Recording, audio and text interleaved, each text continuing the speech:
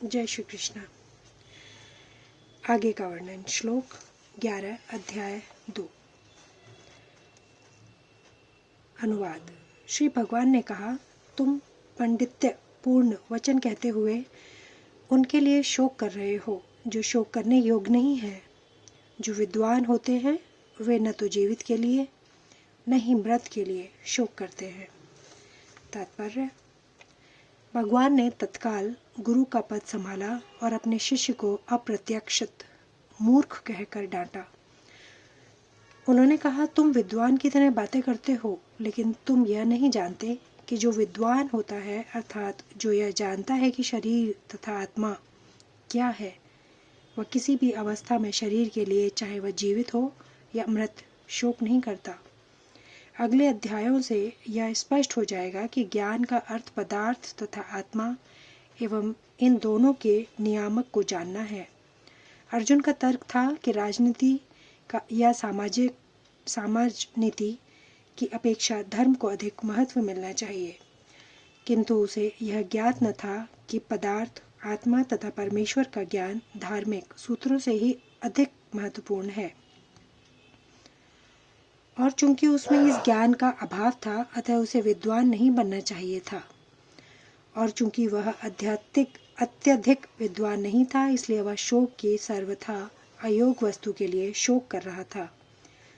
यह शरीर जन्मता है और आज या कल इसका विनाश निश्चित है। अतः शरीर उतना महत्वपूर्ण नहीं है जितना कि आत्मा है। जो इस तथ्य को जानता है वही असली विद्वान है और उसके लिए शोक का कोई कारण नहीं हो सकता। श्लोक 12। अनुवाद।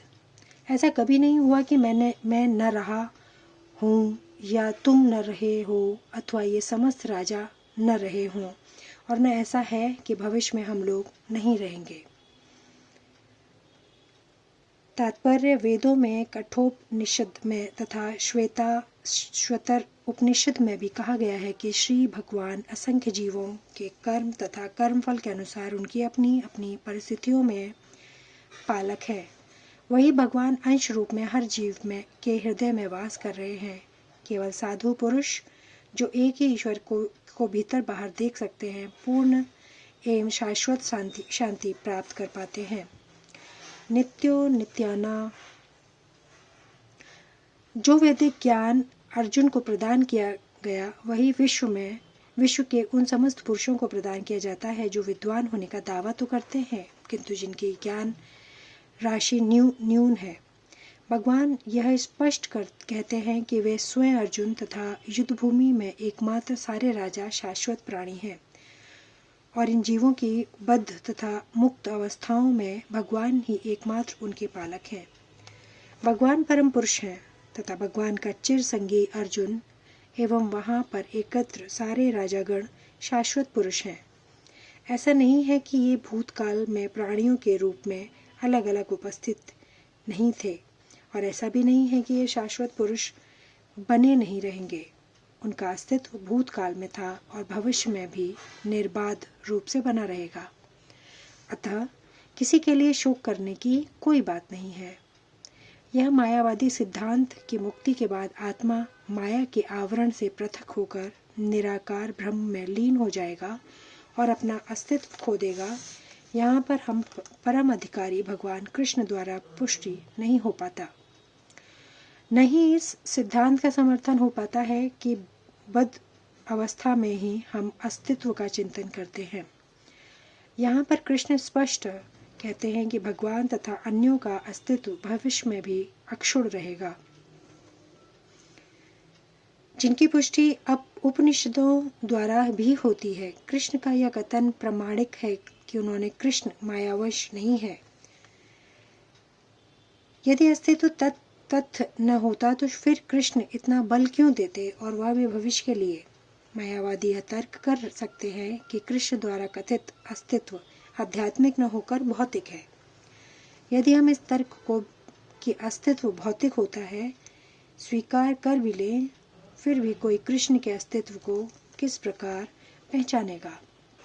कृष्ण भूतकाल में भी अपने अस्तित्व की पुष्टि करते हैं और भविष्य में भी अपने अस्तित्व की पुष्टि करते हैं।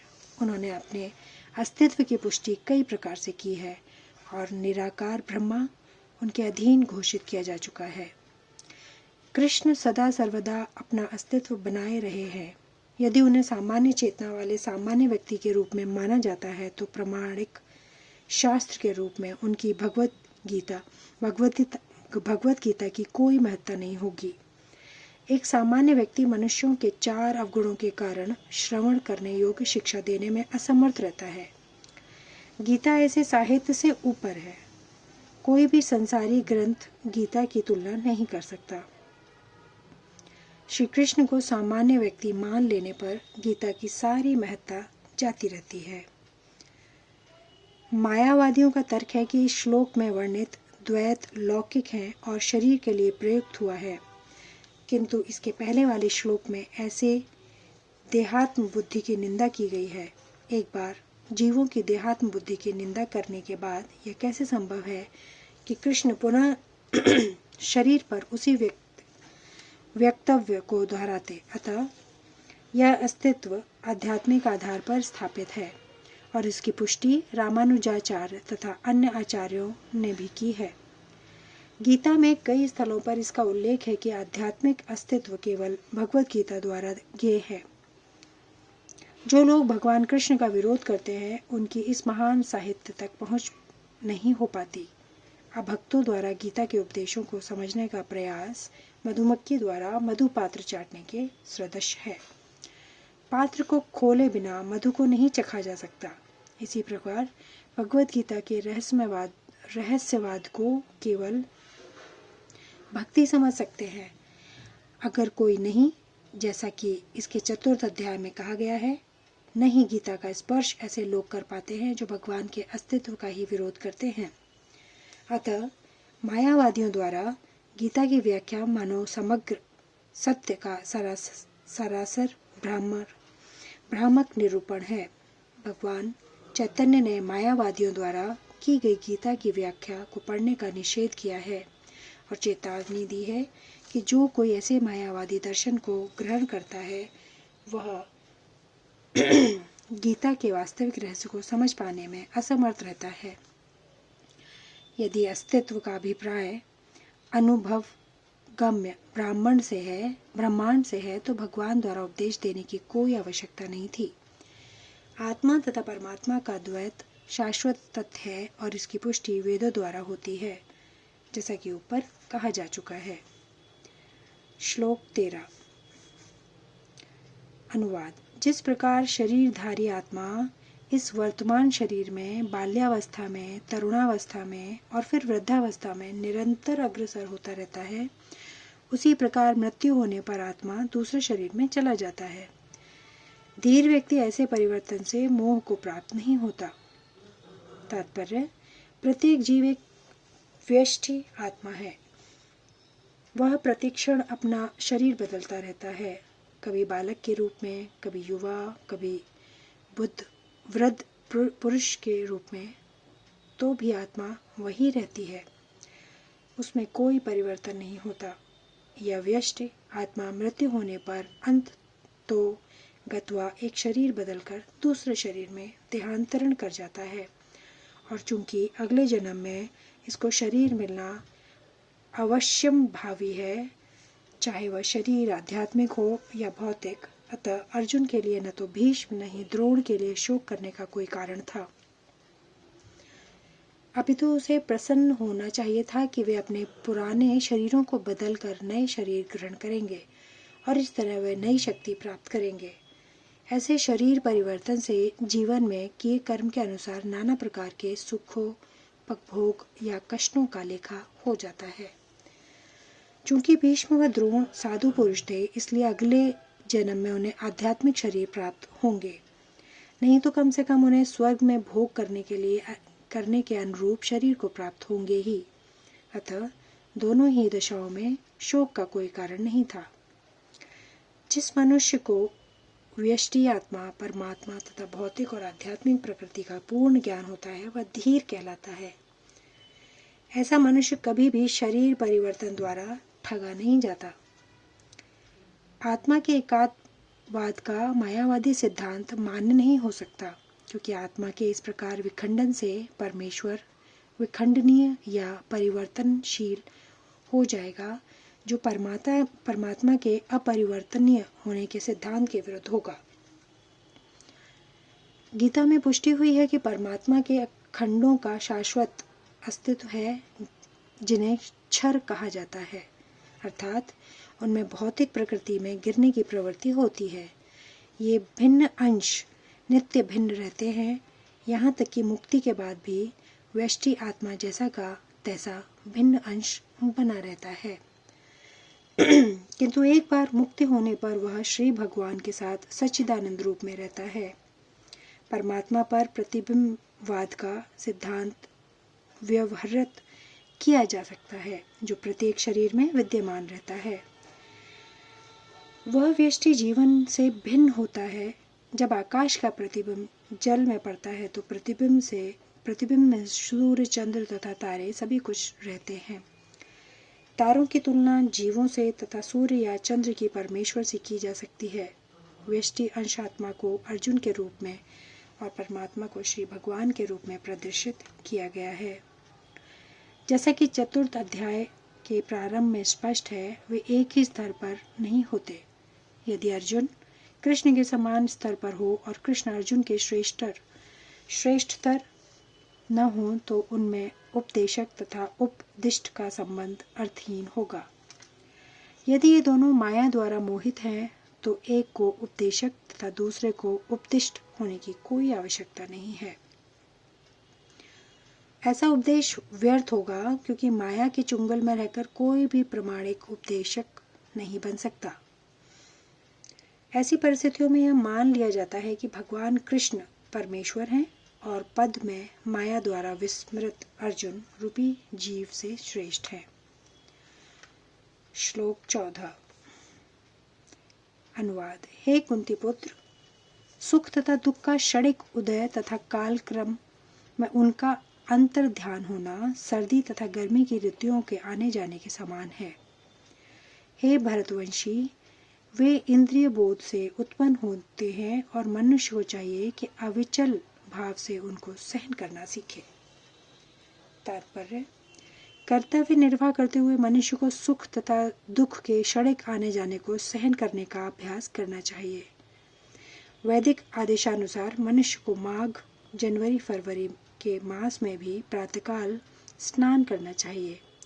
उस समय अत्यधिक ठंड पड़ती है, किंतु जो धार्मिक नियमों का पालन करने वाला है वह स्नान करने में तनिक भी झिझकता नहीं। इसी प्रकार एक गृहिणी भीषण से भीषण गर्मी की ऋतु में मई जून के महीनों में भोजन पकाने में हिचकती नहीं। जलवायु संबंधी असुविधाएं होते हुए भी मनुष्य को अपना कर्तव्य निभाना होता है। इसी प्रकार युद्ध करना क्षत्रिय का धर्म है, अतः उसे अपने किसी मित्र या परिजन से भी युद्ध करना पड़े तो उसे अपने धर्म से विचलित नहीं होना चाहिए। मनुष्य को ज्ञान प्राप्त करने के लिए धर्म के विधि विधान पालन करने होते हैं, क्योंकि ज्ञान तथा भक्ति से ही मनुष्य अपने आप को माया के बंधन से छुड़ा सकता है। अर्जुन को जिन दो नामों से संबोधित किया गया है वे भी महत्वपूर्ण हैं। कौन्तेय कहकर संबोधित करने से यह स्पष्ट होता है कि वह अपनी माता की ओर मातृकुल से संबंधित हैं, और भारत कहने से उनके पिता की ओर पितृकुल से संबंध प्रकट होता है। दोनों ओर से उनको महान विरासत प्राप्त है। महान विरासत प्राप्त होने के फलस्वरूप कर्तव्य निर्वाह का उत्तरदायित्व आ पड़ा है। अतः अर्जुन युद्ध से विमुख नहीं हो सकता। श्लोक 15। अनुवाद। हे पुरुष श्रेष्ठ अर्जुन, जो पुरुष सुख तथा दुख में विचलित नहीं होता, इन दोनों में संभाव रहता है, वह निश्चित रूप से मुक्ति के योग्य है। तात्पर्य। जो व्यक्ति आत्म साक्षात्कार की उच्च अवस्था प्राप्त करने के लिए दृढ़ प्रतिज्ञ है और सुख तथा दुख के प्रहारों को संभाव से सह सकता है, वह निश्चय ही मुक्ति के योग्य है। वर्णाश्रम धर्म में चौथी अवस्था अर्थात संन्यास आश्रम कष्ट साध्य अवस्था है, किंतु जो अपने जीवन को सचमुच पूर्ण बनाना चाहता है वह समस्त कठिनाइयों के होते हुए भी संन्यास आश्रम अवश्य ग्रहण करता है। ये कठिनाइयाँ पारिवारिक संबंध विच्छेद करने तथा पत्नी और संतान से संबंध तोड़ने के कारण उत्पन्न होती है, किंतु यदि कोई इन कठिनाइयों को सह लेता है तो उसके आत्म साक्षात्कार का पथ निष्कंटक हो जाता है। अतः अर्जुन को क्षत्रिय धर्म निर्वाह में दृढ़ रहने के लिए कहा जा रहा है, भले ही स्वजनों का यह प्रिय व्यक्तियों के साथ युद्ध करना कितना भी दुष्कर क्यों न हो। भगवान चैतन्य ने 24 वर्ष की अवस्था में ही संन्यास ग्रहण कर लिया था। यद्यपि उन पर आश्रित उनकी तरुण पत्नी तथा वृद्ध माँ की देखभाल करने वाला अन्य कोई न था, तो भी उच्चादर्श के लिए उन्होंने संन्यास ग्रहण किया और अपने कर्तव्य पालन में स्थिर बने रहे। भव बंधन से मुक्ति पाने का यही एकमात्र उपाय है। श्लोक 16 अगले वीडियो में। धन्यवाद। जय श्री कृष्ण।